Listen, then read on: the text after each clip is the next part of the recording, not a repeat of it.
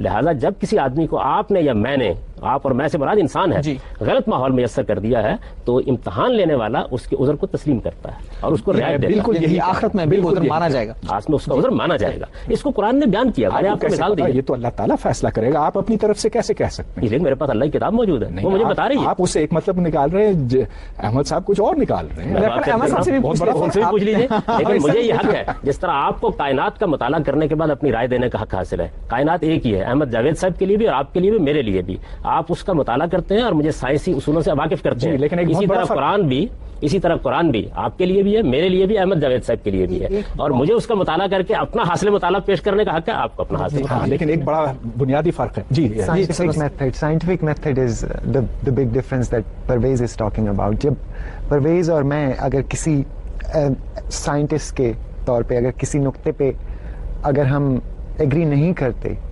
تو ہم observation experiment کے ذریعے ہم میں سے ایک کو پھر پیچھے ہٹنا پڑے گا. اور یہ میتھڈ جو ہے نا، اسی وجہ سے سائنس اتنا تیزی سے ترقی کر رہی ہے.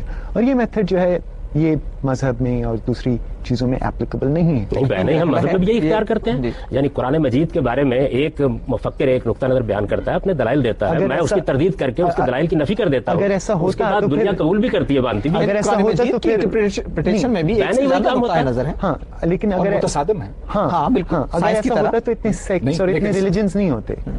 سائنس میں ڈارون کی تھیوری، سائنس میں بھی ایک سے زیادہ نقطہ نظر موجود ہے نا؟ جی نہیں، سائنس میں ہے، سماجی علوم میں ہے، تمام چیزوں میں ہوں گے.